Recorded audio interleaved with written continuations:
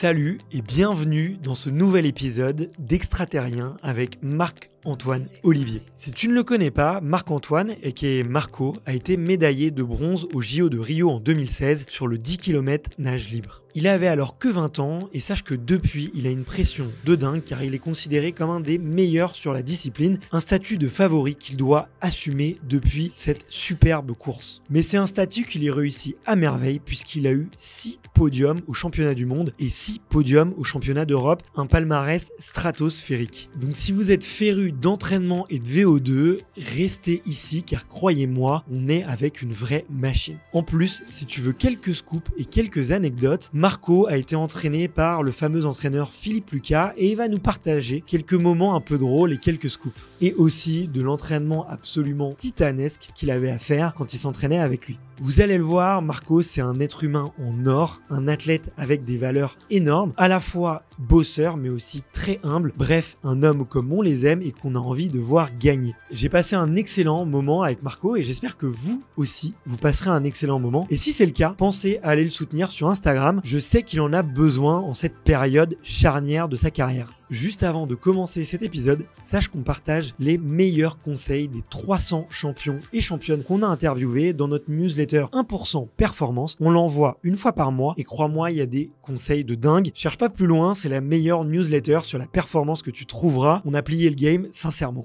Le lien est dans la description de l'épisode. N'attends plus une seconde avant de nous rejoindre et de rejoindre les 3000 lecteurs qui la lisent chaque mois. Allez, on commence cet épisode, on met le maillot, on inspire un grand coup et on plonge avec Marc-Antoine Olivier. Bon épisode.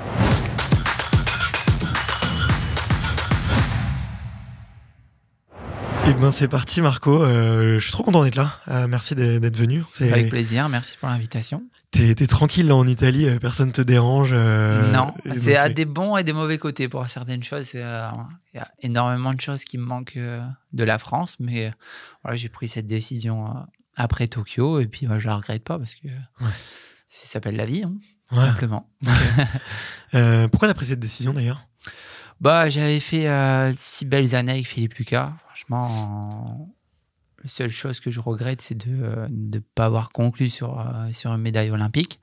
Après, je pense qu'il y a eu beaucoup de choses derrière tout ça qui ont fait qu'on fait cette 6e place. Mais j'aurais voulu vraiment finir sur une belle note. Et je pense que, c'est ce que j'ai dit, ça s'appelle la vie. Il y a des moments dans votre vie où vous prenez des décisions, des fois c'est pas les bonnes, des fois c'est les bonnes, et je pense que ça a été un peu un tout au jeu, quoi. Ok. Mais bon, voilà, ça m'a permis d'évoluer, et puis maintenant je vis dans un autre pays, donc on n'a pas tous la chance de pouvoir vivre dans un pays à l'étranger, et puis voilà, je m'éclate en Italie. Ok. Écoute, c'est quoi, on va commencer direct là-dessus. Je te poserai le souvenir de sport après, mais qu'est-ce que tu aurais pu mieux faire sur ces jeux ? Parce que tu vois, là, moi, je me souviens en 2021, avant Tokyo, dès qu'on parlait de toi, c'était pour dire que tu allais gagner, quoi. Ouais. Et je me suis dit, waouh, la pression, il y a pression d'en faire quand même. Ouais, je l'ai pu se transformer en ça va me servir en fait, parce que ça va me servir de mettre un impact psychologique sur mes adversaires, et je me suis dit il va falloir servir au maximum de ça, et puis malheureusement ça n'a pas suffi. Après les jeux, on sait que c'est vraiment une compétition à part, surtout nous en eau libre c'est du one shot, on n'a que le 10 km.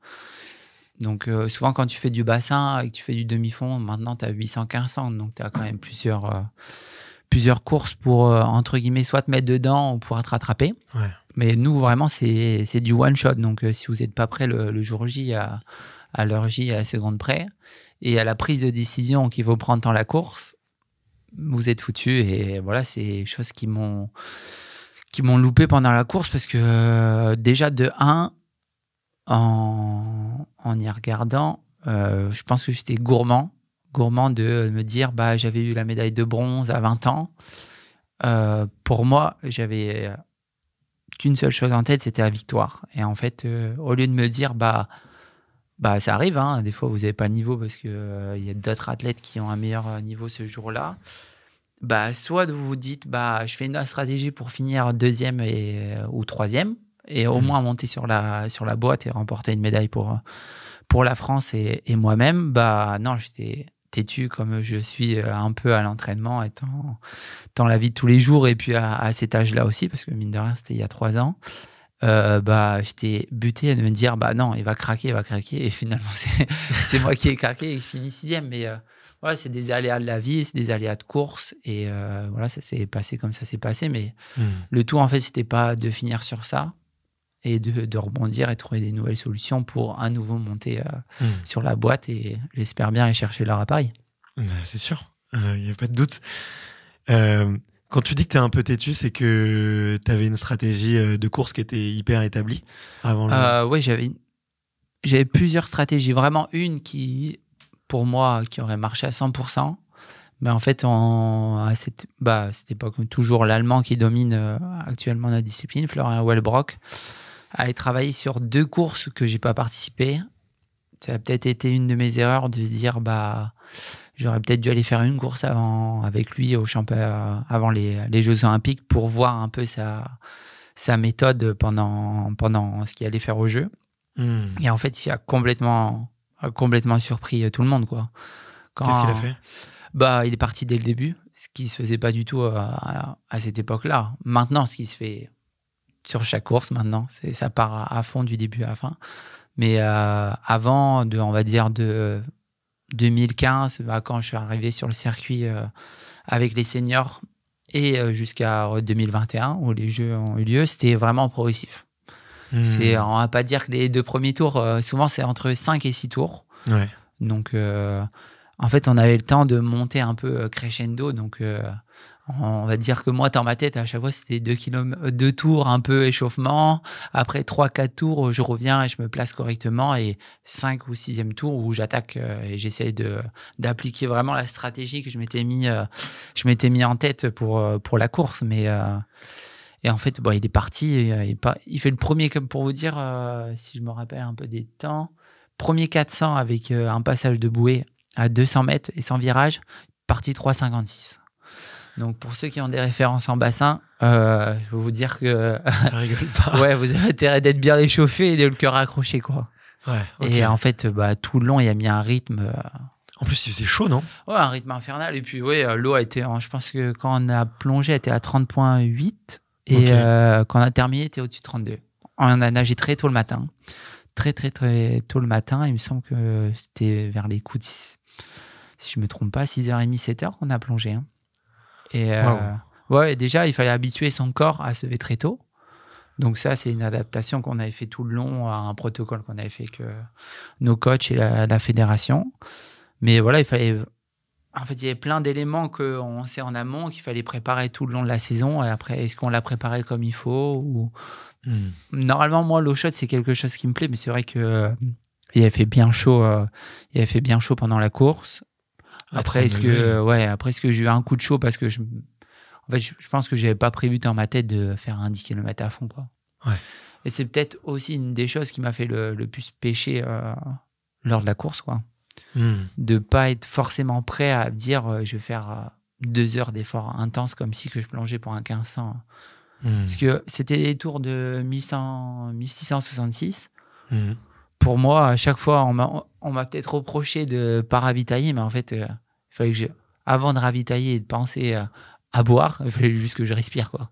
C'est comme si que, en fait, j'étais en bassin, je montais, j'étais en combinaison de bassin, je montais sur le plot, je faisais un 1500 à fond, je remontais et j'avais 5 secondes, entre guillemets, pour changer de combinaison, m'essuyer et je repartais pour un 1500 à fond. Sauf que le dernier, j'ai pas tenu. Et ça a été un peu les sensations que j'ai eues de mon 10 bornes, quoi. Ouais. Et en fait, quand vous en pouvez plus, et en plus de ça, vous vous faites dépasser, c'est double choc mental. Hein. Votre cerveau, il comprend pas. Il n'y a plus aucune réponse voilà, au niveau de votre tête, d'envoyer des informations qu'il faut remettre du jus, que ça va aller et tout. Ouais. Et en fait, il y a trop de choses qui passent dans votre tête et ouais, c'est ça qui m'a fait le plus mal, quoi. Ouais. En plus, c'est vachement psychologique, non ? Vu que t'as la tête dans l'eau et Moi, je sais que quand sur un triathlon, le moment où je gamberge le plus, c'est largement la natation. Ouais, quoi. la natation. Ouais, T'es en c'est train de vrai faire que ta course, t'es en train de... ouais, c'est T'es énormément. centré sur toi, tu vois, t'écoutes tes Ouais. sensations. Ouais. Exactement. Et surtout, pour vous dire que c'est psychologique, parce que il y a maintenant 10 jours, je fais une Coupe du Monde qui était qualificative pour les championnats du monde. Et en fait, au bout d'une heure, je me fais ouvrir l'arcade. Donc, moi, je le savais pas. Je savais que j'avais quelque chose parce que je voyais que je saignais à chaque ravito. Je voyais qu'il y avait du sang. Je savais pas que c'était exactement l'arcade. Mais en fait, ne serait-ce que quand vous ouvrez, par exemple, dans la vie de tous les jours, que vous ouvrez quelque part, vous saignez, vous sentez que vous sentez mal. Sauf que moi, j'étais en plein effort. Et je me dis que si mentalement, j'étais pas prêt à me dire que la course serait difficile, que je me suis entraîné pour, certes, je me suis jamais préparé avec une arcade ouverte, mais en fait, j'étais préparé dans ma tête à dire ça allait être dur et qu'en fait, quelles que soient les circonstances de course, quel que soit ce qui m'arrive, il y a toujours une solution à tout. Et il faut pas se laisser abattre. Et peut-être que j'aurais pas réagi comme ça si j'avais fait des bons jeux à Tokyo. En fait, même s'il y a eu des mauvais côtés de toute façon, il y a eu des bons et des mauvais côtés. Hein. Toute course n'est pas à jeter complètement, mais en fait, le tout, c'est de savoir repérer ce qui vous a fait défaut et en fait, de l'améliorer et de changer les choses, soit à l'entraînement, soit dans votre vie de tous les jours, pour que ça soit plus un défaut, mais une force après. Quoi. Ouais, ok. Comment tu définis ta stratégie, toi, avant une course ? Alors, ça se définit suivant ce que vous faites à l'entraînement. Après, certes, on a tous des points forts, mais comme j'ai dit, par exemple, de 2015 à 2021, c'était vraiment un type de course qui était vraiment progressive. Donc, on tablait un peu les entraînements dessus. Et après, tu travaillais vraiment ton point fort où tu disais, le moment, c'était, moi, avant, une époque, c'était d'attaquer vers les 3 km ou même à la moitié de course. Okay. De prendre les devants et de mettre un rythme suffisant que je savais que j'avais pas un gros sprint.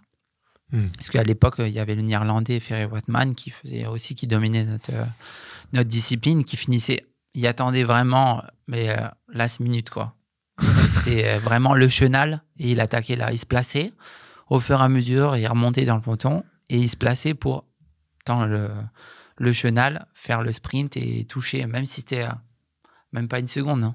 Ouais. Mais il jouait, c'était sa stratégie de course et elle marchait. Mais moi, je savais que j'avais un moins gros sprint que lui, donc qu'est-ce qu'il fallait faire pour le battre ? Il fallait l'épuiser avant pour qu'il y ait un moins gros sprint et qu'on soit à peu près égaux au moment de rentrer dans l'arche d'arrivée, quoi. Ouais. Parce que vous terminez franchement dans un mouchoir de poche. Hein. Ouais. Et puis maintenant, de plus en plus, parce que tu as énormément de nageurs de bassin qui sont venus vers l'Olympe. Donc, c'est des nageurs qui nagent sous les 15 minutes. Facile, je suis sympa. Au dernier 1500. Donc, en fait, si vous les usez pas un peu avant, en fait, ils vous ratatinent parce que... ils ont une super technique. Ouais, ils ont une super technique. Et puis, ça veut mettre un coup de punch dans les 1500 derniers mètres qui sont les plus importants. Et si vous les avez pas utilisés un peu avant, vous savez qu'ils sont plus forts que vous. Donc, il faut vraiment trouver des stratégies pour faire en sorte que entre guillemets, vous êtes au poker, vous avez une bonne main, vous faites en sorte de faire des relances et de faire en sorte que les autres ils se mettent au tapis pour que vous soyez tout seul à la fin, quoi. Ok. Concrètement, comment tu fais ? Tu prends les devants du peloton, t'essayes de faire en sorte que le mec derrière se mette pas trop dans ton aspi pour que... Ouais, après l'idéal c'est de se retrouver tout seul. Hein. C'est un peu comme au vélo. Après, nous on n'a pas des échappées comme on voit à chaque fois au Tour de France, mais... il y a tout le temps quelqu'un qui mène et après ça fait un peu en forme d'entonnoir parce qu'il y a des effets d'aspiration qui sont énormément. Et puis, en fait, il y a des nageurs qui vont... On va dire maintenant, plus les nageurs de bassin n'aiment pas être au contact. Donc, ils nagent vachement sur les extérieurs au cas où que s'il y a un peu trop de coups, il y a qu'ils ne se sentent pas bien parce qu'il y en a qui ne se sentent pas bien d'être enfermés. Donc, ils préfèrent nager sur les extérieurs parce qu'ils ont plus de facilité. Moi... À une époque, j'aimais bien nager sur l'extérieur. Maintenant, être au centre, je trouve que c'est mieux parce que tu es vraiment protégé. Tu as l'aspiration de devant. Tu peux prendre les vagues des nageurs. Donc, prendre une vague, c'est vraiment se mettre... l'idéal. Il y en a qui aiment bien se mettre au niveau des chevilles. Mais je trouve que c'est un peu dangereux pour prendre des coups. Mais vraiment, moi, l'idéal, c'est au niveau de la hanche. hanche, il n'y a pas mieux. Donc, tu as ta tête à côté de la hanche. Ouais, la tête au niveau de la hanche, ouais. Ok, et tu profites de son inspi, là. Ouais, tu profites de son inspi, et puis c'était encore 2-3 personnes devant, et vous êtes entourés, là, vous êtes comme sur votre canapé quand vous regardez la télé le dimanche soir. C'est très bien. Je sais pas si moi je le fais, je pense pas que je serais sur mon canapé, je serais en PLS. Mais après, ouais, c'est des choses qu'on travaille à l'entraînement. Là, en plus, depuis que je suis arrivé en Italie, j'ai la chance de vivre bord de mer. On nage en bassin, mais on a 2 entraînements en eau libre. Donc, on a juste à traverser la route et on a la plage. Donc, et puis, on a un très gros groupe. On est une vingtaine. On est tous en équipe nationale. Du monde entier en plus, enfin, non, beaucoup d'Italiens. Après, si, on avait Français, Allemands, Équatoriens, Brésiliens. Je dois en oublier, mais ouais, on a beaucoup de nationalités, mais vraiment, on a vraiment un très gros groupe, ce qui permet de faire même les entraînements, c'est un peu, entre guillemets, des mini-compétitions. Donc, c'est ce qu'on peut retrouver en Coupe du Monde, en Coupe d'Europe chaque année. Donc, c'est top de pouvoir s'entraîner. En fait, c'est une chance de pouvoir s'entraîner avec ça. Ok. Parce que c'est vraiment des conditions qu'on a à l'entraînement qu'on retrouve en compétition. Ok. Pour le côté sportif, je vois vraiment l'intérêt d'être avec ses adversaires, tu vois. Mais est-ce que psychologiquement, c'est pas usant, tu vois, de tous les jours, à chaque entraînement, tu te retrouves avec potentiellement le mec avec qui tu vas jouer la médaille l'été prochain, tu vois. Ouais, c'est sûr, c'est... Pour dire, je vais te dire 2 exemples. Je vais te dire que c'est très dur et très bien à la fois. Parce que très dur, par exemple, quand moi je suis arrivé en Italie, je suis arrivé dans le groupe de Gregorio Paltrinieri, un palmarès énorme. Tu pourrais tapisser le mur derrière toi avec son palmarès. Okay. Mais c'est quelqu'un qui a une vitesse de nage en bassin, sachant que quand moi je montais en altitude, on nageait en petit bain. Et moi, le petit bain, c'est un enfer. Mais quand on fait des séries rapides et que ce nageur-là, il va nager si les gens ont un peu des références en natation, mais on va faire un 10 x 400 à fond, il va nager 3,45, 3,44. Et vous êtes à 4 minutes. En fait, vous prendre ça par jour, moi, le dernier stage que je suis monté en altitude, donc en 2022, pour préparer le championnat d'Europe qui était en Italie, en fait, j'ai tellement mal à la tête de voir ça tous les jours que je me suis dit, là, il faut que je trouve une solution. Et j'en ai parlé à ma fédération et je suis parti à Formeux, alors que j'étais dans le nord d'Italie. Mais je suis persuadé que si j'avais continué le stage, en fait, tous les jours à prendre entre guillemets des fessées, des roustes, et j'aurais pas fait des championnats comme j'ai fait. Donc après, certes, je me suis retrouvé à Formeux, j'étais tout seul, mais voilà, j'ai pu me focaliser sur moi et vraiment sur mes sensations et tout. Mais en fait, ça a des bons et des mauvais côtés parce que vous voyez un peu le niveau de vos adversaires, mais ça vous pousse aussi à vouloir les rattraper. Et ça aussi, c'est peut-être une des choses qui m'a manqué quand j'ai fait les Jeux de Tokyo, parce que j'étais dans un groupe où, à la fin, en fait, quelle que soit la série qu'ils me donnaient, je menais et je faisais tout devant. Et je me retrouvais souvent tout seul pour faire les longues séries. Donc, il me manquait peut-être aussi ces petites choses-là où peut-être que je poussais pas assez dans mes retranchements parce que voilà, on est tous compétiteurs dans l'âme. Donc, même à l'entraînement, si je pousse pour essayer de finir devant l'autre et voilà, à chaque fois, de trouver des solutions pour s'adapter au maximum pour aller chercher la petite victoire, même si c'est à l'entraînement. Mais tous les jours, c'est usant, quoi. Ouais, c'est usant, mais après, il faut vraiment identifier les entraînements où il faut faire ça. Parce qu'il y a des entraînements où il faut un peu, entre guillemets, lire ses sensations. Et les entraînements où se dire, là, il faut arrêter de réfléchir et il faut envoyer dedans. Et ça aussi, c'est... C'est quoi, c'est un par semaine Où il faut vraiment envoyer dedans. Ou c'est certains... Non, j'en ai vraiment 2 où, en fait, c'est des séances de 10 km. C'est ce qu'on a un peu... qu'on va retrouver en course, quoi. C'est pas du début jusqu'à la fin à fond, mais vraiment des blocs de série où à la fin, il faut être mort, quoi. Il faut être mort, mais après, il va avoir des séances de récup, il faut s'appliquer sur la technique. Après, il va avoir des travails de force. Et vraiment, en fait, quand je suis arrivé en Italie, c'était complètement différent de ce que je faisais avec Philippe. Philippe, c'était vraiment du travail sur l'usure au quotidien où c'est très dur. Et là-haut, vous savez que vous êtes indestructible parce que franchement, pour avoir fait plusieurs coachs dans le monde et même un peu regarder à droite et à gauche quand j'ai voulu changer de structure, parce que les séries que j'ai faites avec Philippe, c'est les plus dures du monde. Après, est-ce que c'est les plus intelligentes? Ça, moi, je suis pas coach, je suis nageur. Donc, mais avec Philippe, j'ai fait des séries, j'ai fait des 10 x 1000, j'ai fait des deep bornes non-stop. Il faisait 40 degrés dehors, l'eau était à 32. J'ai fait des trucs de tordu, quoi. Mais ce qui fait qu'aujourd'hui, psychologiquement, c'est des acquis, quoi. Je sais que là-haut, pour me faire flancher, il faut y aller, quoi. Et peut-être que si j'étais pas parti avec Philippe, j'aurais pas cette force mentale-là qui fait que je peux même, avec mon nouvel entraîneur en Italie, peut-être que je l'aurais pas acquis, tu vois. Peut-être que je serais pas aussi dur au mal sur certains entraînements parce que j'ai tellement vécu des choses dures où je me suis mis dans le mal, quitte à pleurer dans les lunettes ou le soir de se remettre en question, de se dire est-ce que je retourne à l'entraînement? En fait,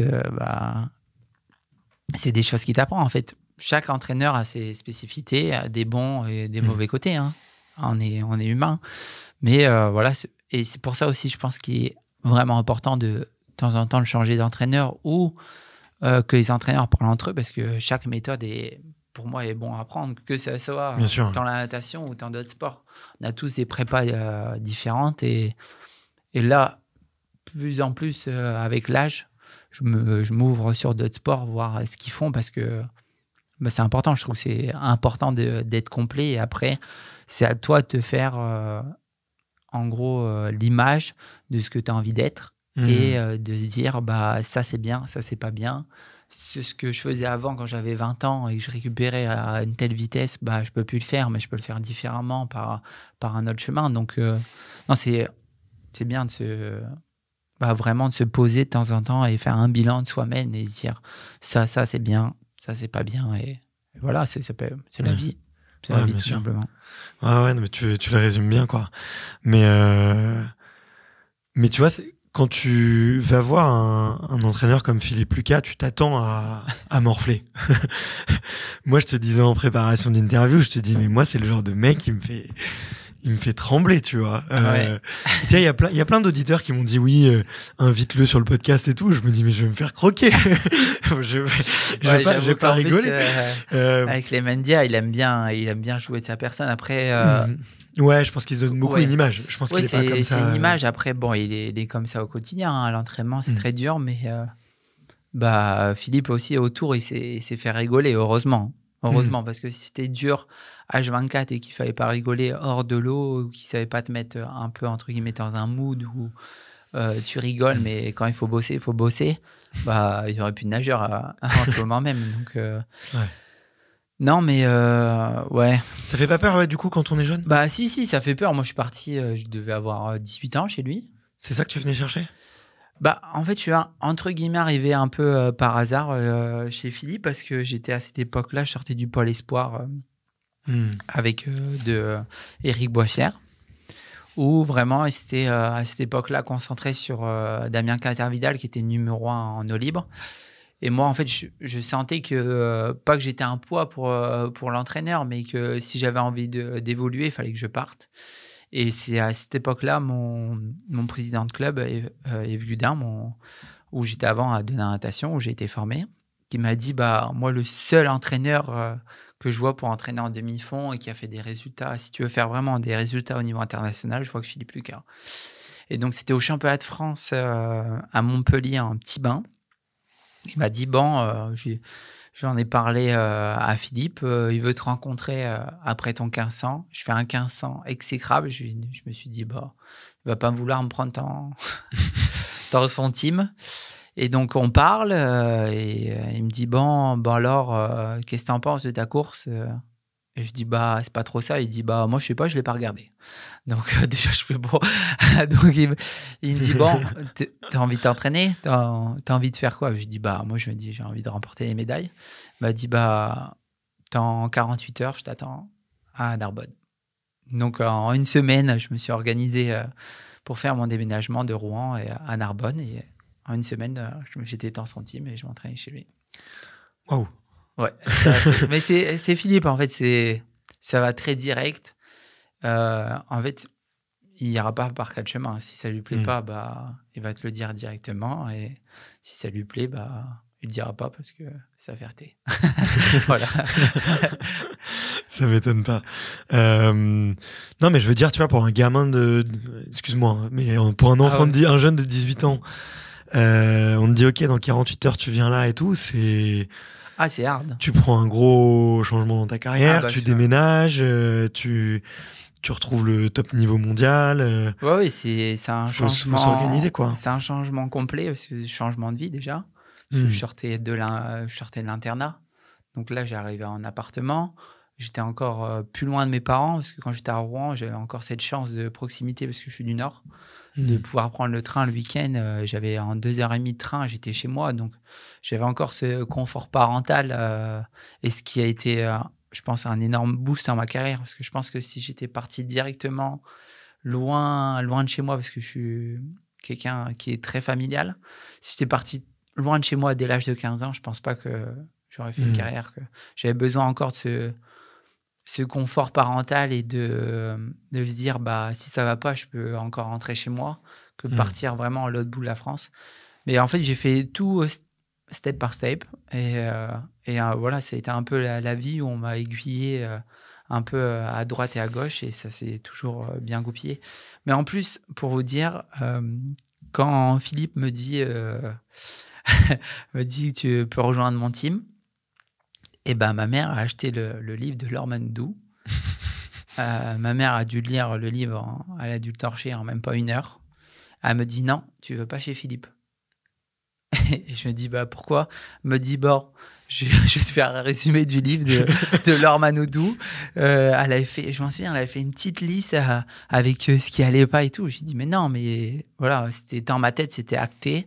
J'avais envie de là-bas, quel que soit ce qu'elle allait me dire, pour moi c'était acté, je devais y aller, quoi.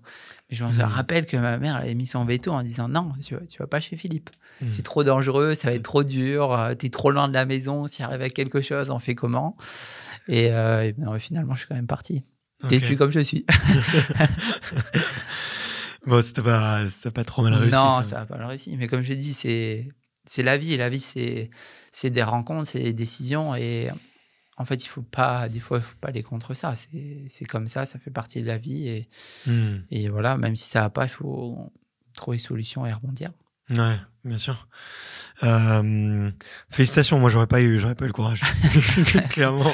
Je sais pas ce que t'as dit ta mère ce jour-là, mais moi, en tout cas, clairement, j'aurais pas été capable. Mais, on peut faire toute une carrière?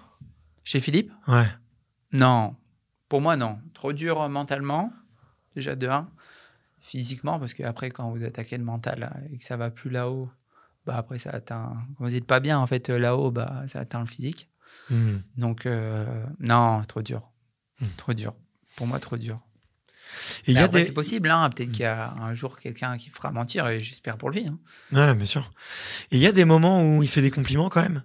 Tu vois, pour moi, un entraîneur ou un manager, un leader ou quelqu'un, tu vois, qui t'accompagne, il doit aussi être capable de cibler les moments où tu fais des choses très bien.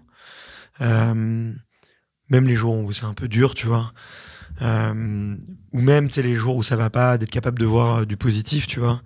Et effectivement, dans un peu ce jeu médiatique, t'as l'impression que c'est toujours pas bien, tu vois. Pas bien, ouais, c'est sûr. Donc il y a un côté effectivement ultra motivant où tu te remets toujours en question, où tu vas toujours aller chercher un peu mieux, tu vas toujours être dans la performance et tout.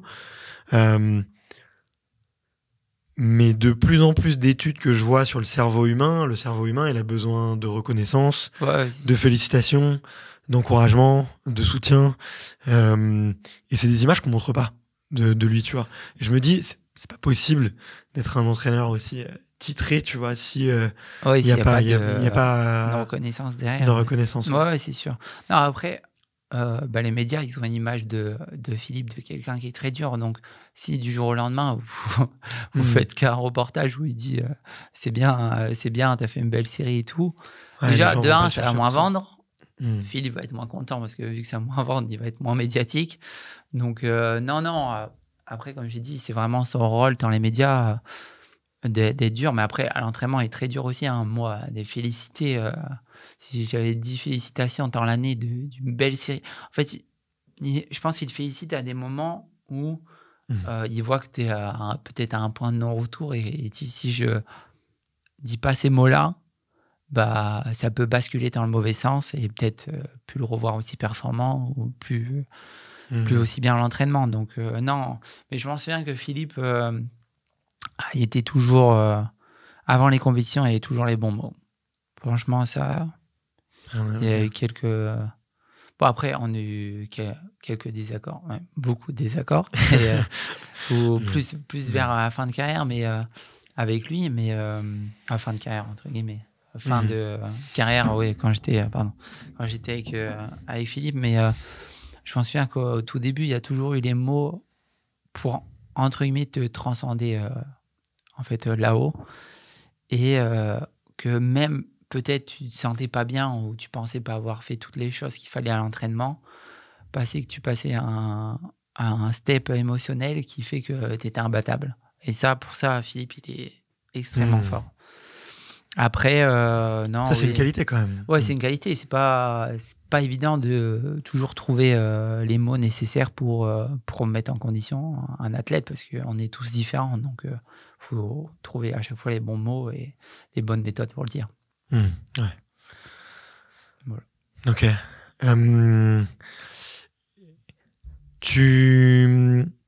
Moi, tu vois, je te vois comme un bourreau d'entraînement. Enfin, tu vois, après tous les nageurs en eau libre, je vous vois comme des machines de guerre.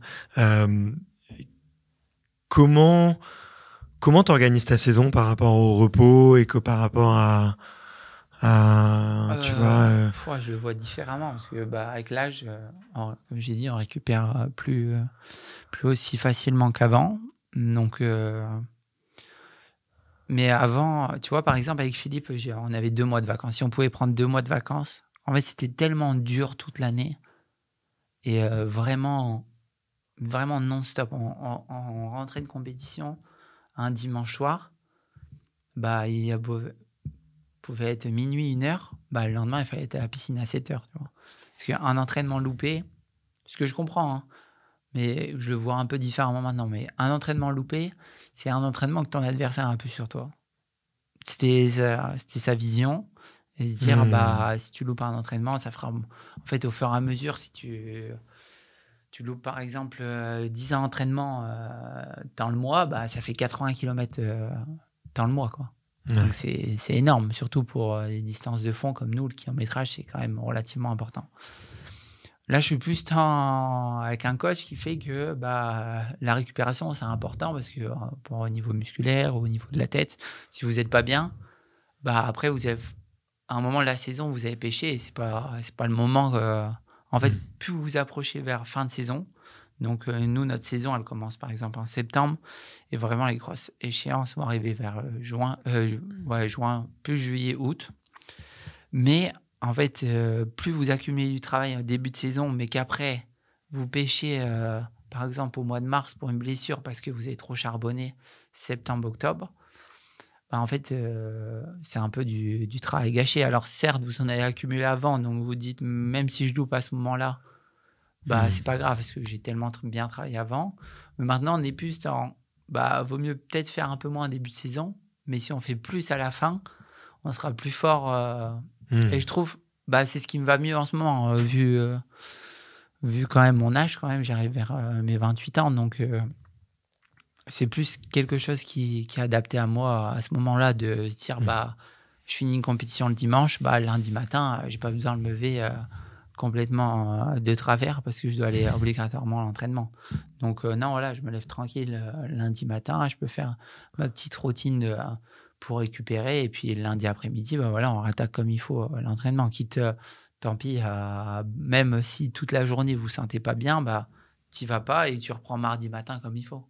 En fait, c'est vraiment aux sensations personnelles et on a avec un coach où si tu te sens pas d'aller à l'entraînement, faut pas y aller.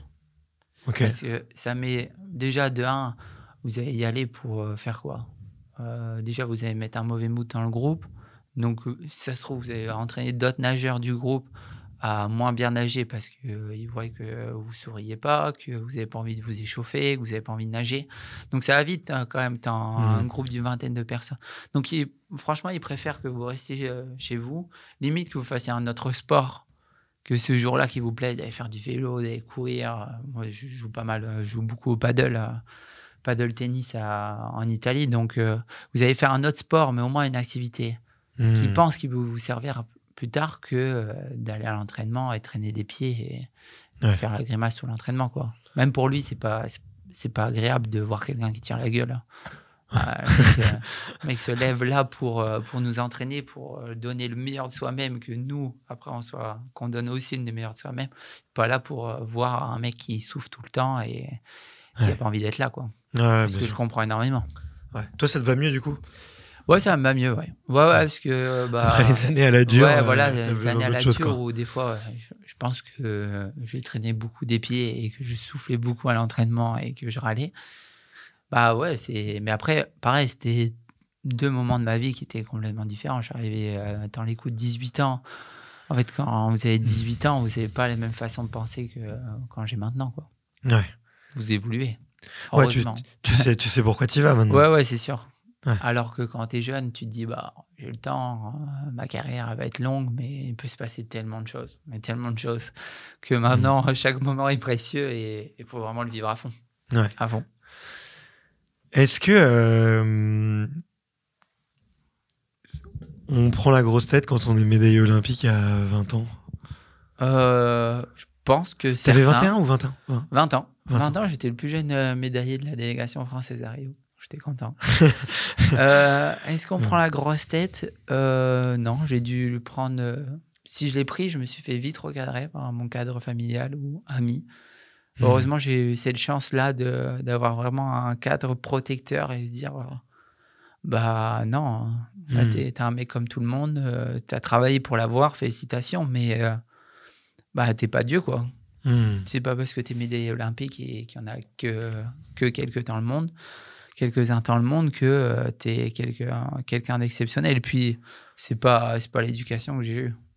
En fait, mon éducation, c'était de tout le temps rester poli et surtout de montrer aussi la gratitude de tous les gens qu'il y a eu autour de vous pour aller décrocher. Parce que certes, on a un sport individuel, mais tellement de gens dans l'ombre qui bossent derrière pour que vous soyez sur cette boîte-là et que vous pouvez représenter votre pays international. On les remerciera jamais assez. Il y a eu du monde sur ton chemin. Ouais, il y a eu du monde, énormément de monde. Parce que certes, je me faisais entraîner par Philippe Lucas, mais si j'avais pas mon club formateur qui était de natation, qui m'avait fait ma technique, je ne saurais pas nager comme ça. Si j'avais pas eu mon frère qui nageait, qui a 6 ans de plus que moi, avec mon père qui m'a emmené aux entraînements pour faire découvrir la natation, j'aurais pas fait de natation. Si mes parents n'avaient pas eu les moyens de pouvoir m'emmener aux compétitions, de m'emmener au pôle espoir, parce que si les parents, il y a énormément de sports en France où si les parents ils n'ont pas les moyens au départ. Alors maintenant j'ai la chance d'avoir beaucoup de partenaires et de pouvoir limite faire plaisir à mes parents et de les emmener avec des compétitions que même si je sais qu'ils ont les moyens de pouvoir y aller, moi ça fait plaisir de les emmener. Mais en fait, si tout ça au départ n'était pas réuni, comment on fait? Et je pense qu'on perd énormément de champions à cause de ça. Ouais. Parce que soit on n'a pas les structures, soit on n'a pas les moyens en fait au départ de se dire ce petit ou cette petite là elle peut faire quelque chose. Qu'est-ce qu'on peut faire en sorte de mettre en place comme cadre pour qu'un jour ils viennent me remplacer ou qu'ils viennent remplacer une Laure Manodou, un Florent Manodou, un Kylian Mbappé, quoi. Ouais. Et c'est ça en fait c'est ce qui manque un peu en France. Mais en fait Florent il l'a dit il y a maintenant quelques semaines, on n'est pas un pays de sport en France. Moi, je le vois en Italie, comme on est accueilli à chaque fois. C'est les opposés. C'est vraiment les opposés, ouais. L'Italie, c'est un sport de... Mais en fait, vous pouvez le remarquer rien qu'au supermarché. Je vais dans un carrefour en Italie et un carrefour en France. Bah, en Italie, tu as une grosse gamme pour les produits énergétiques au supermarché, quoi. Pour avoir des protéines, pour manger vraiment bien, tu vois. Ouais. On n'a pas ça en France. On n'a pas ça. Mais parce que, voilà, c'est des... Bah, si, il y a ça dans des magasins spécialisés, mais pas, tu vois, dans une grosse chaîne comme tu peux trouver à Carrefour, où c'est rare. Ouais. En Italie, vraiment, et puis même quand tu pars en stage, quand tu pars en compétition, que tu es accueilli dans les hôtels, là, tu pourrais te prendre la grosse tête parce que même si tu fais que entre guillemets, que les championnats nationaux, bah, pour eux, c'est quelque chose d'énorme parce que vous êtes au niveau national et que vous pouvez potentiellement représenter le pays. Donc, bah, en fait, les gens, ils sont admiratifs. Ok. Et ça, c'est beau à voir. Ok. Et ouais, tu le sens moins en France? Ouais, beaucoup moins, oui. Ouais. Beaucoup moins. Parce qu'à chaque fois, la question préférée des Français, c'est à chaque fois que tu dis t'es sportif de haut niveau, on dit oui, mais tu fais quoi comme étude à côté? Alors tu vois, en Italie ou aux États-Unis, bah non, c'est quoi tes échéances, c'est quoi ton palmarès, c'est quoi ton rêve ultime? En fait, bah t'es sportif de haut niveau, mais certes, tu peux faire des études à côté, c'est très bien. Hein, ceux qui ont le double projet, franchement, je les respecte énormément parce que ça prend un temps de ouf. Mais c'est vrai qu'en France, bah, on est un pays littéraire. Ouais. On est un pays comme ça. Et il ne faut pas le renier. Hein. Il ne faut pas le renier parce que c'est ce qui fait la richesse et la beauté de la France. Je lisais un truc la dernière fois, quelqu'un qui disait ouais, en France, tu as 20 sur 20 en maths, on te dit bravo, tu vas faire quelle école, quel métier tu veux faire. T'as 20 sur 20 au sport, on te fait une tape dans le dos et on te dit, mais tu sais que ça va pas te nourrir. Exactement. C'est un nombre de fois que j'ai entendu. C'est vrai, ça, on te l'a dit beaucoup. Ouais, beaucoup, ouais. Quand j'étais au collège. Au lycée. Même au lycée où ça s'est pas très bien passé, je me suis même fait virer. Et que j'ai dû faire ma terminale par correspondance. Et qu'après, quand vous faites une médaille olympique, bah, toutes... vos écoles vous rappellent pour venir passer un message aux jeunes alors que vous nous traitez un peu entre guillemets comme de la merde. Bah certes, moi je le fais avec plaisir parce que il faut montrer l'exemple aux jeunes. Il faut en fait que ça soit dans le sport ou même dans un loisir, voilà, dans de la peinture, la musique. En fait, je pense que tout le monde a un talent. C'est juste qu'il faut déjà le repérer, ce qui est pas évident. Et puis, il faut travailler, il faut avoir des rêves. Et en fait, quels que soient les gens qui vous disent que c'est pas possible par peut-être jalousie ou parce qu'ils s'en rendent pas compte, bah, si vous êtes convaincu et je pense que si vous vous donnez les moyens, bah, vous arriverez toujours à faire quelque chose. Et même si c'est un projet qui échoue à la fin, bah, le tout, c'est de rebondir. En fait, tout ce trajet de chemin-là, vous aurez appris des choses qui vous serviront dans un autre domaine. C'est pas perdu.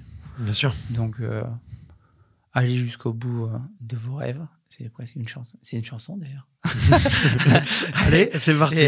On sort la guitare, les instruments. Et non, il faut vraiment rien lâcher. Et comme pour tout, même si tu es doué, faut travailler. Voilà. Qu'est-ce qui a fait que tu as continué, justement, quand tu étais au lycée et qu'on te disait... ça paye pas le sport. Comment tu t'accrochais? J'étais têtu. Non, après, j'étais têtu. Et puis, mes parents m'ont toujours dit les études, c'est important. Le sport aussi, c'est important. Mais va jusqu'à ton bac parce que quand tu auras ton bac, après, tu feras ce que tu veux dans ton sport. Tu feras le maximum. Ce qu'ils voulaient absolument, c'est que j'ai mon bac au moins. Tu passes le step, ouais. Ouais. Au moins, si la natation, ne me nourrirait pas.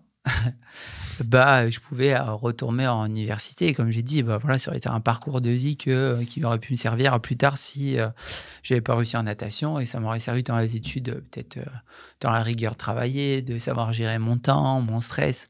Voilà, c'est des choses que j'aurais pu retrouver en université. Mais oui, j'ai toujours eu ces personnes-là autour de moi de dire, bah, après, il faut rien lâcher, il faut vivre à 100% ce que tu fais. Vraiment à 100%. Et même, en fait, quand je t'ai dit, il y a des moments où avec Philippe, c'était vraiment dur, même encore en ce moment, en fait, bah, il se passe des choses dans le monde qu'on voit actuellement, ou même des travails qui sont hyper désagréables. Et en fait, j'ai une chance de pouvoir vivre de mon sport, de voyager dans le monde, de pouvoir en parler là aujourd'hui et de faire passer des messages. Donc certes, c'est difficile parce que peut-être je me suis privé de certains trucs. Et je pense que je me suis pas privé beaucoup de trucs parce que j'ai bien profité quand même de ma jeunesse.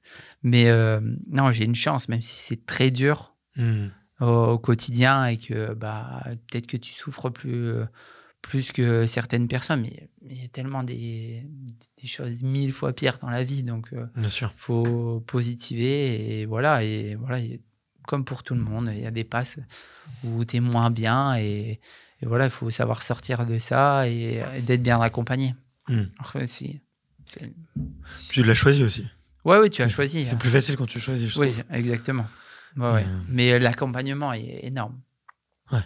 S'il n'était pas là et que c'est H24 au quotidien tout seul, pour moi, un sportif qui se fait de A à Z, il doit en exister un ou deux.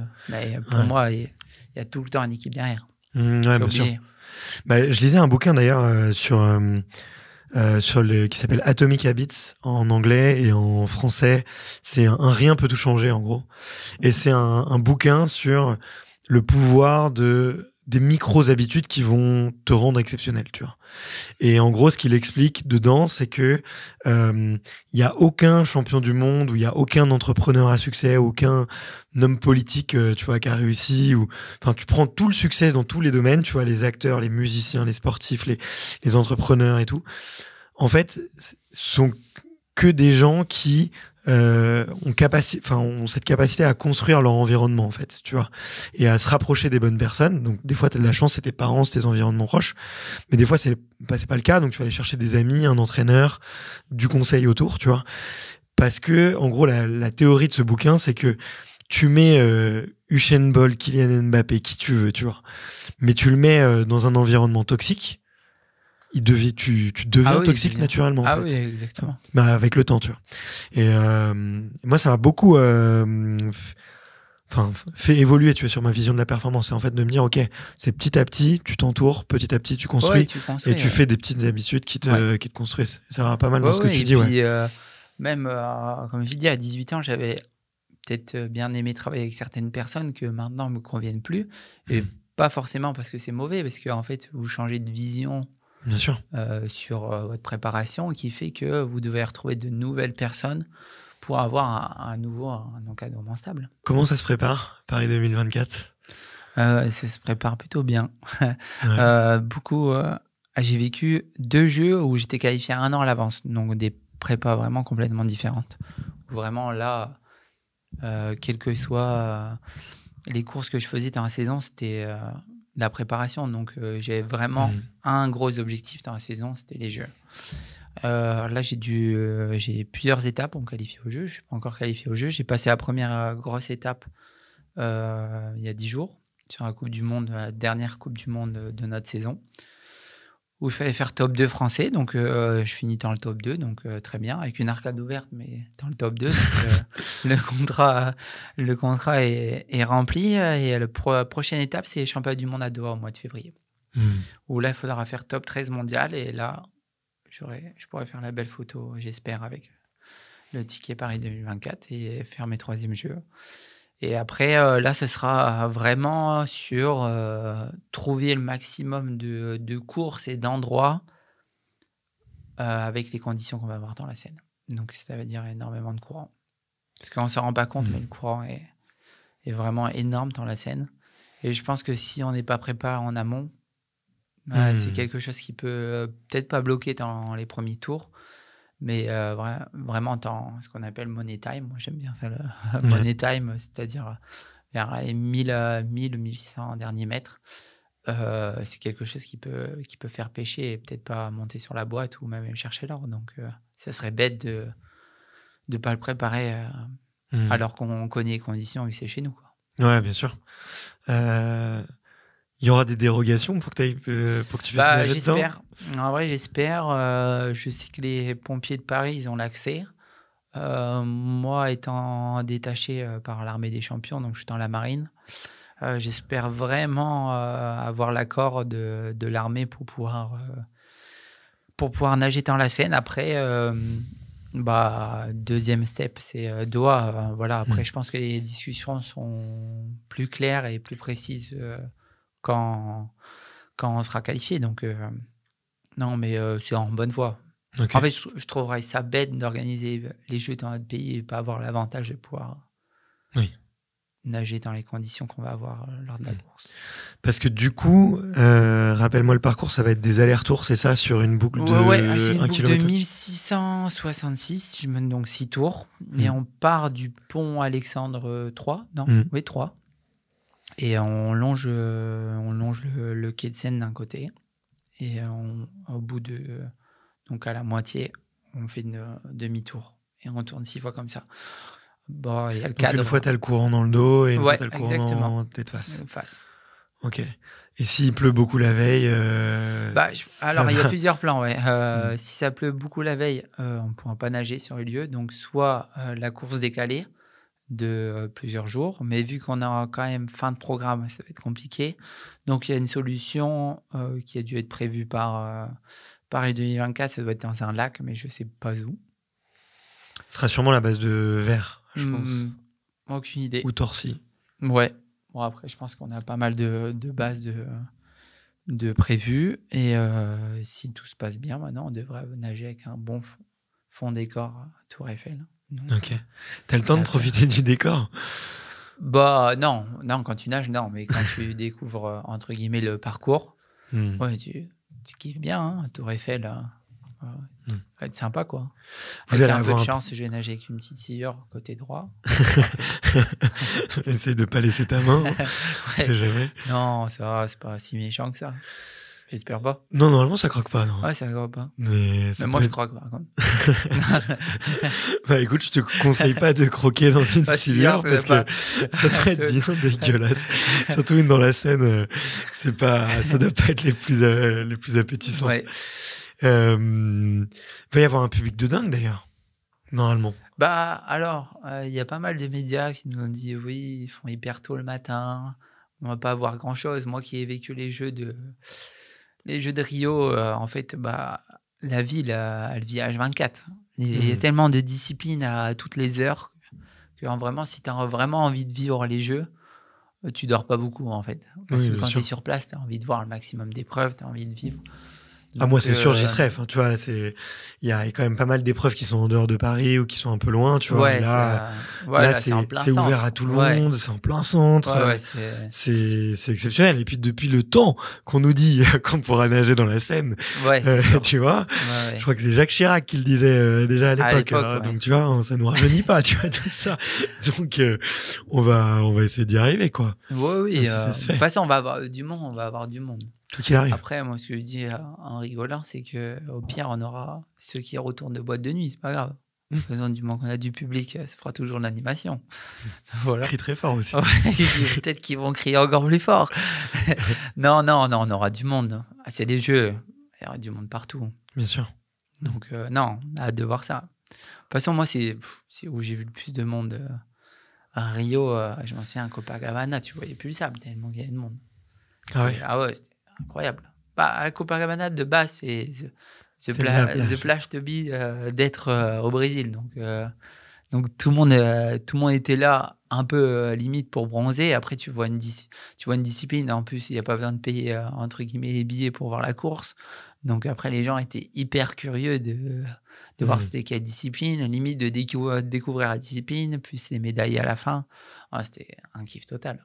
Okay. Et puis, c'était folklore. Après, quand on faisait notre remise de médailles, derrière, il y avait, je sais pas, peut-être une centaine de bateaux qui se croisaient. On s'est dit à tous les coups, il y en a qui va se rentrer dedans. Mais non, c'est le Brésil, c'est la fête. Voilà.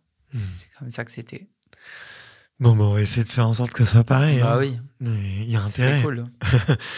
Et ouais, tu disais, du coup, en Italie, on le sent pas trop, que les Jeux arrivent. Non, il y a pas, en fait, il y a pas énormément de com. Et même, je trouve ça, moi qui viens quand même pas mal de fois sur Paris, même aux aéroports et tout, t'as du mal à sentir cette un peu effervescence de se dire qu'on va organiser les Jeux, en fait. Et puis, en fait, ce qui mais aussi un gros frein pour les étrangers où j'ai eu pas mal d'amis qui voulaient venir, par exemple, pour les fêtes à Paris, c'est l'insécurité. Vraiment. Les gens ont peur au point de me dire, là, il y a quelques jours, j'ai envoyé un message à ma copine pour savoir si les places où ils allaient se rendre pour visiter et tout étaient relativement safe, quoi. Pour dire au point qu'ils mettent un peu leur parcours et qu'ils ne profitent pas de toute la ville.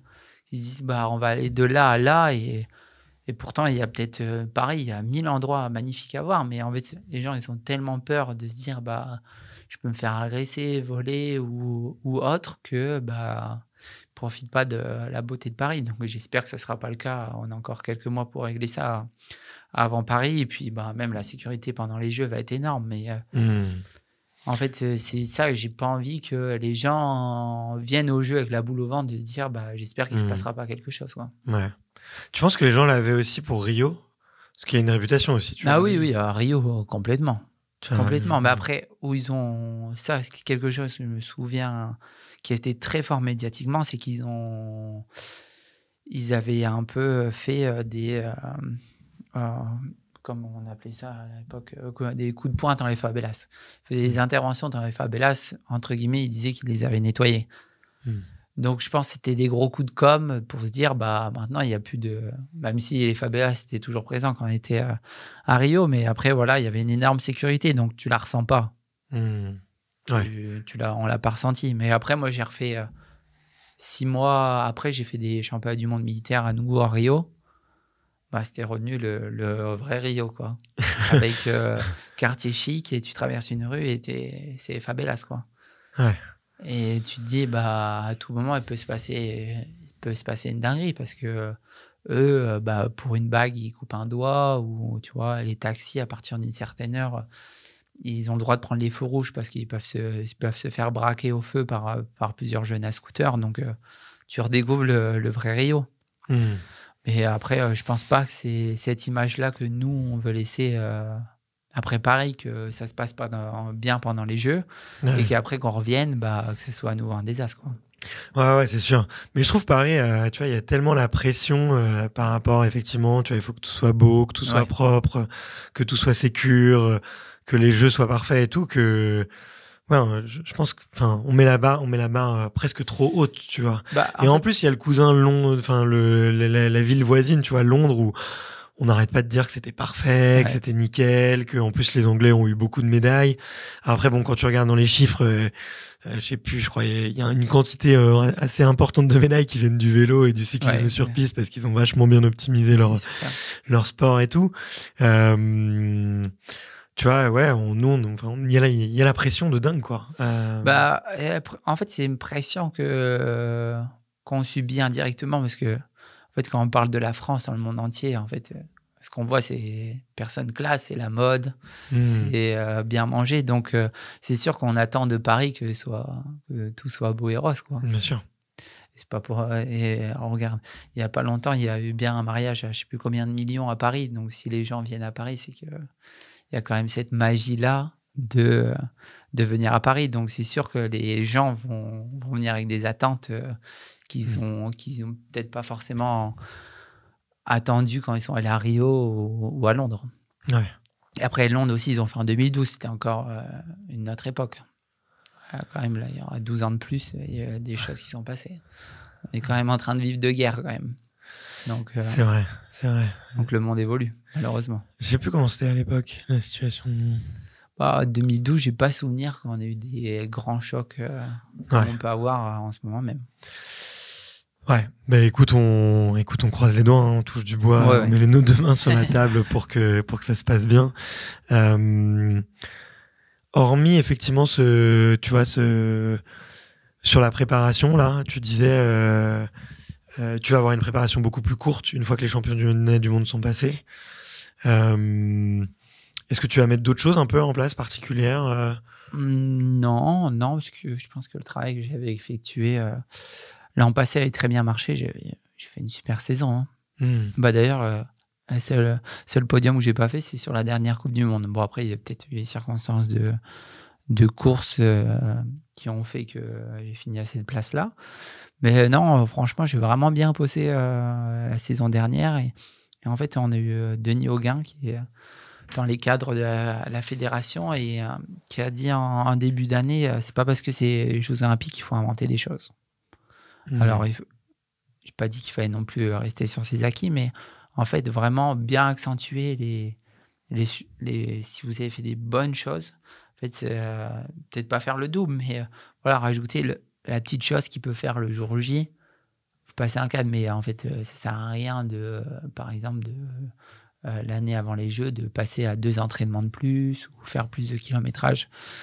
Pour moi, ça peut être... c'est un risque, mais ça peut être pris des bons et des mauvais côtés parce que peut-être vous allez avoir un risque de blessure, mais peut-être que c'est ce qui vous manquait la saison dernière pour aller chercher la victoire. Mais moi, je trouve que c'est bien de rester quand même sur ce qu'on a fait, sur le plan qu'on a effectué la saison dernière. Puis voilà, rajouter encore quelques petits trucs pour faire que le jour J pouvait décrocher cette médaille-là. Bah ouais. T'auras fait combien de kilomètres entre le 1er janvier et le jour de la course? C'est ça, un peu une saison, on est dans les 4000 km à peu près. Donc, vu que ça va être début août, on va être dans les 2000. Hein. Pas mal, hein. Mais encore en Italie, je nage beaucoup moins qu'avec Philippe. Pas beaucoup moins, entre guillemets, je dois être à 10 ou 15 km de moins. Mais semaine? Par semaine, oui. Donc, mais le travail est complètement différent. Parce que avec Philippe, c'était vraiment un travail qui était plus continu et tout le temps intensité à fond, en fait. Tu te levais et tu te couchais les soirs et fais à fond pour tout. Te rhabiller pour... non, je rigole, pour manger. Non, mais du moins l'entraînement, il fallait être à fond, alors que là, quand même, c'est beaucoup plus spécifique et basé sur ce que tu peux retrouver en course, sur le travail de force, sur force courte durée, sur du sprint.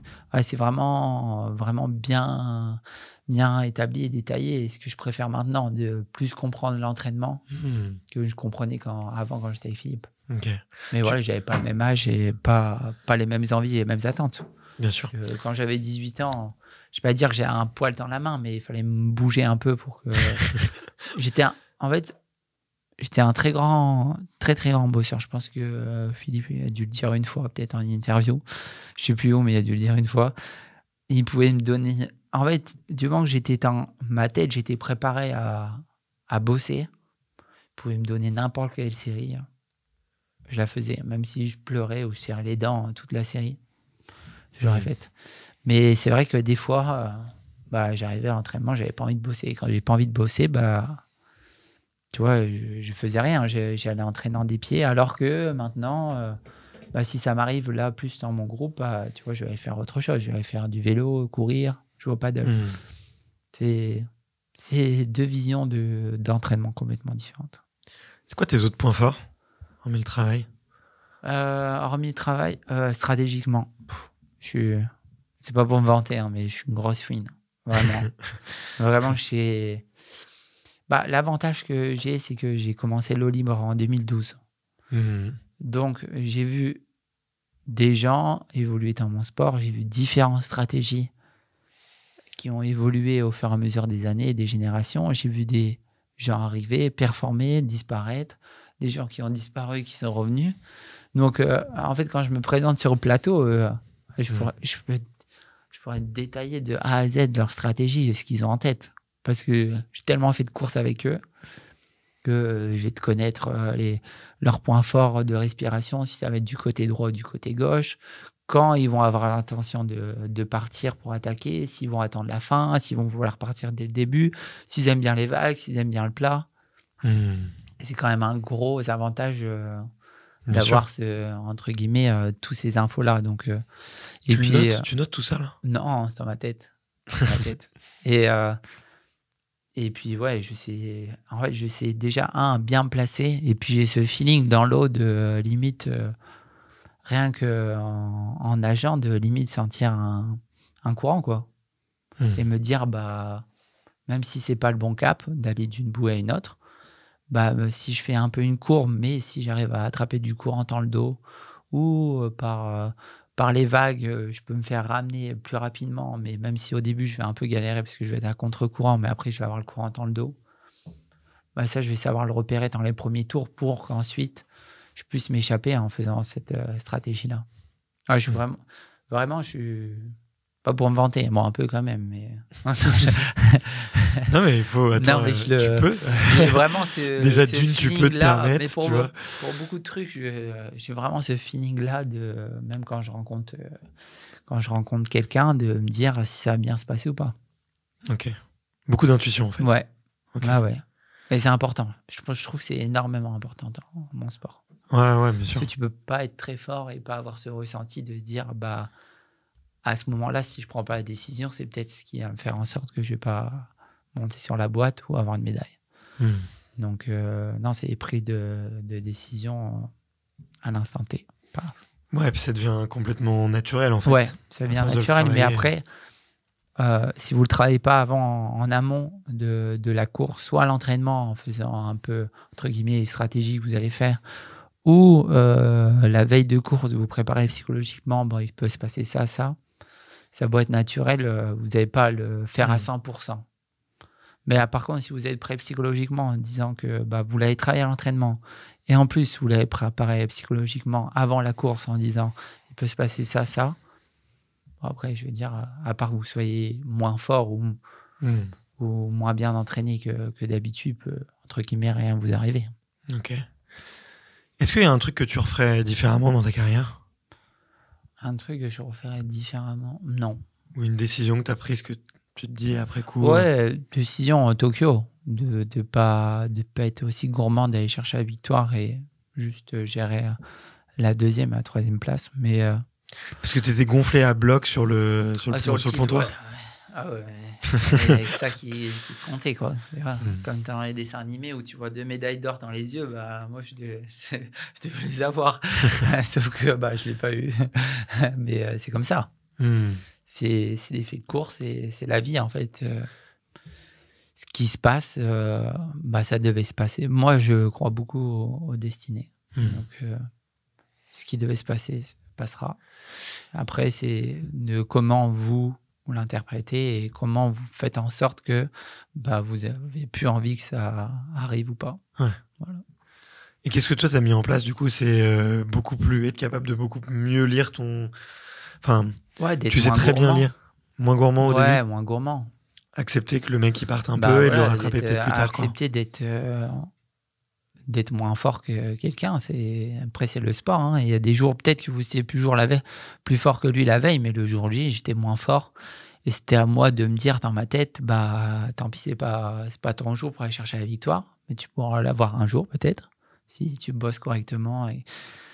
Mais en fait, de ne pas être têtu, de se dire bah, c'est lui qui va casser, alors que je savais très bien que dès le premier tour, j'allais péter. Hein.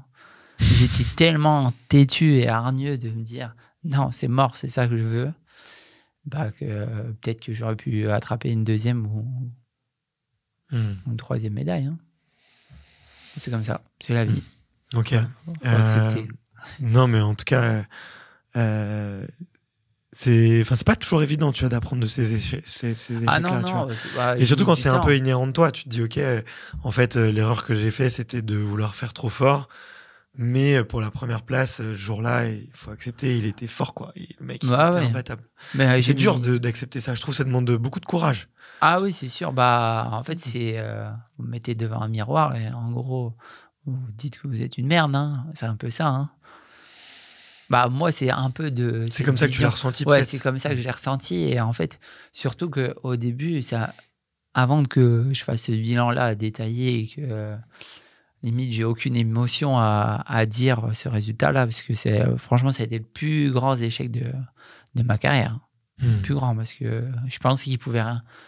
Franchement, je pensais qu'il pouvait rien m'arriver. Je vais pas le cacher. Hein. J'ai fait 6 ans où chaque été, je monte sur les podiums internationaux. Donc, en fait, pas monter sur la plus grande échéance, la deuxième plus grande échéance de votre carrière, bah, ça fait mal, quoi. Alors que chaque été, vous montez sur la boîte, tout se passe bien, tout est beau, tout est rose, comme à Paris. Donc, non, c'était un échec de ouf. Et en fait, ce ce qui a été le plus dur aussi avant d'assumer, c'est que j'étais pas entouré en cas d'échec. J'avais ma famille et tout, mais j'avais trop honte d'en parler et de dire que j'avais fait des erreurs. En fait, et puis je ressassais en moi en me disant mais putain, qu'est-ce que t'as foutu, t'as mal fait ça. Et heureusement après j'ai rencontré 2 personnes extraordinaires qui m'ont sorti de ça. Et heureusement, parce que si je n'avais pas rencontré ces personnes-là et qui ne m'avaient pas aiguillé dans certains sens là, je ne serais pas en train de faire la natation. Je serais sûrement, je sais pas, à Ibiza en train de faire la fête. Ce sera ça l'année de pause. Ouais, c'est...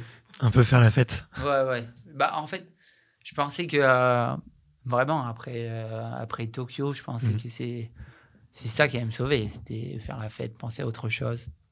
Que le sport, c'était bien, mais la fête, c'était mieux. Donc, je m'étais vraiment recroquevillé dans ça en disant, plus tu feras la fête, plus tu vas passer, quoi. Ouais. Ça va passer. Puis ça passait pas. Et puis, la vie a fait que tu rencontres certaines personnes qui me disent que ça serait bien d'en parler. Et puis, t'en parles et puis tu bosses dessus. Et puis maintenant, ça va mieux. Ouais. Heureusement. Tu fais un peu de prépa mentale ? Ouais. À une époque, beaucoup. Après Tokyo, notamment. Maintenant, en plus, vraiment, si je tombe dans une période où je sens que je vais retomber un peu dans mes travers, je préfère lui dire et voilà, on en discute, on en travaille. Et puis, ça peut être 1-2 séances, des fois, et après, plus rien pendant 6 mois. Ouais. C'est vraiment mes besoins. Ok. Mais c'est fou, tu vois, à quel point, quand t'es au top niveau, je trouve, mais ça se retrouve aussi, tu vois, même à niveau personnel ou professionnel, tu vois, quand t'es sur la crête, parce que tu mets beaucoup d'intensité dans ce que tu fais, dans ton projet ou peu importe, ou le jour où ça casse, si t'es pas accompagné, tu vois, la chute, elle est violente, quoi. Donc c'est un peu ce que j'entends, tu vois. C'est que toi, t'as vécu... J'étais têtu et pour moi, j'étais à chaque fois sur le toit du monde. Je pensais pas qu'on pouvait y descendre. Du moment que pour moi, je bossais chaque année comme un fou. Je pensais pas que ça serait possible. Ça pouvait pas exister, quoi. Puis quand tu descends, ça fait drôle. Surtout quand t'es tout seul et que t'as pas de parachute. Donc... c'est comme ça, c'est des faits de vie. Ouais. Voilà, ça fait grandir. Ouais, c'était avec Aurélie Muller que j'en avais beaucoup parlé. Aurélie, elle peut sortir une saga Netflix. Mais...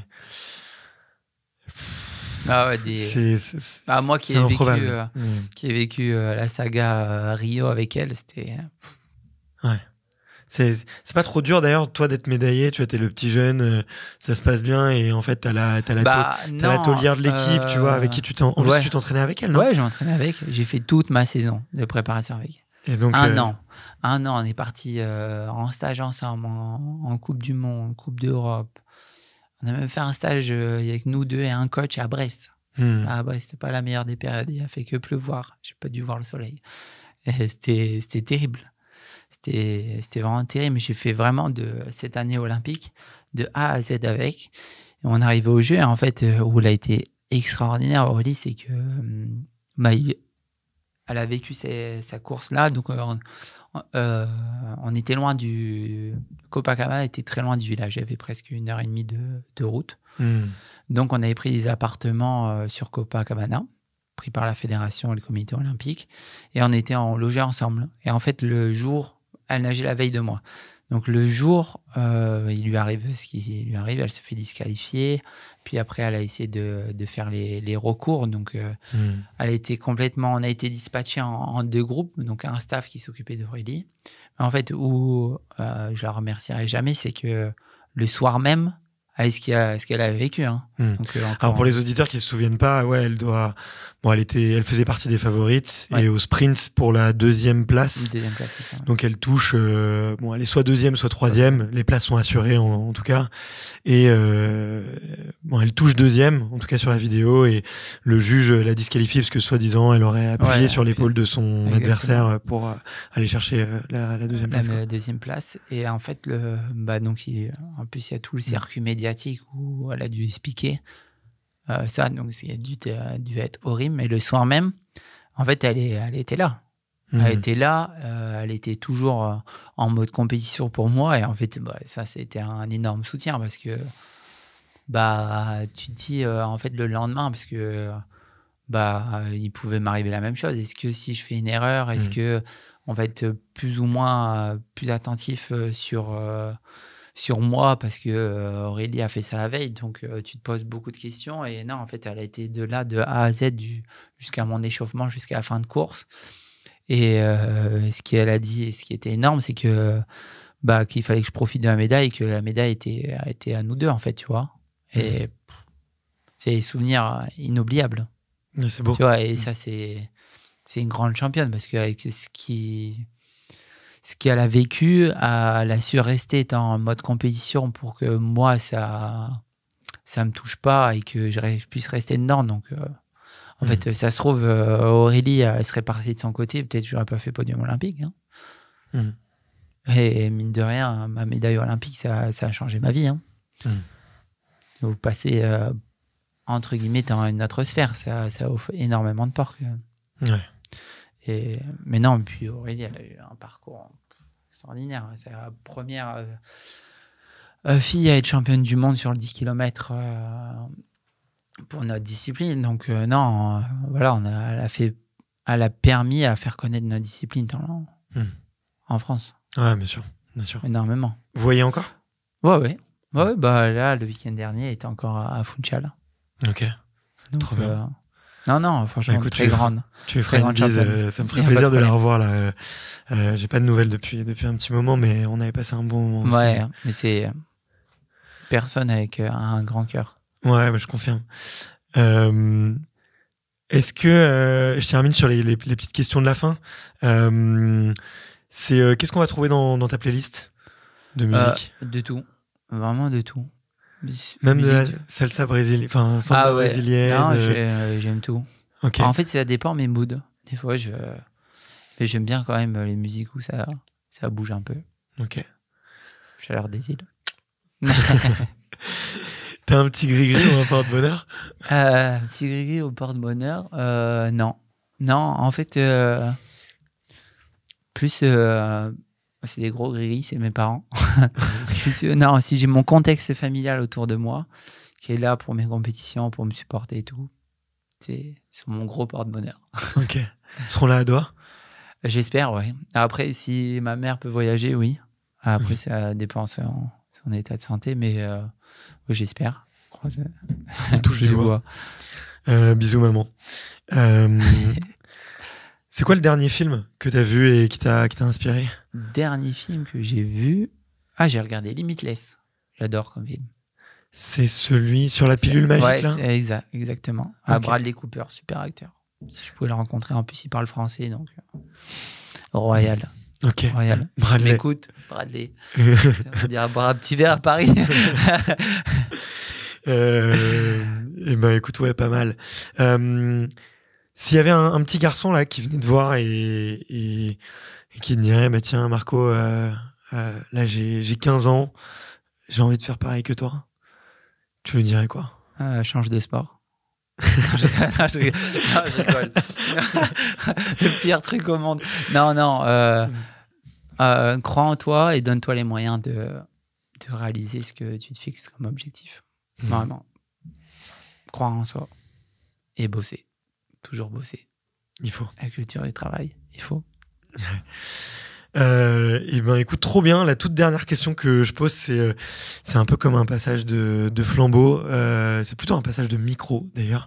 C'est qui est-ce que tu me recommandes d'aller voir pour parler un peu performance, bons souvenirs, apprentissage. Qui je te conseille de voir? Enzo Lefort. Je sais pas s'il a déjà fait. D'ailleurs, maintenant, je crois qu'il s'est lancé sur un peu sur le même modèle. Ouais. Il a lancé son émission. Lui, pareil, il y a 1000 histoires. Ok. 1000 histoires. Tu le connais bien? Je l'ai bien connu à Rio. Okay. Après, maintenant, il est sur Paris et puis surtout sur 1000 projets. Mais ouais, non, très belle personne. Écoute, il faut qu'on se revoie. En fait, on s'était eu au tout début du Covid. Donc déjà, ça faisait un moment. Et à l'époque, les logiciels d'enregistrement de podcast à distance, on se voyait même pas, tu vois. Okay. Donc c'est comme si on était au téléphone, on avait fait un enregistrement pendant 1 heure, tu vois. Et c'est pas pareil, ça a pas la même saveur, tu partages pas les mêmes choses. Puis j'étais au tout début, tu vois, moi je bégayais encore. J'étais là avec ma fiche.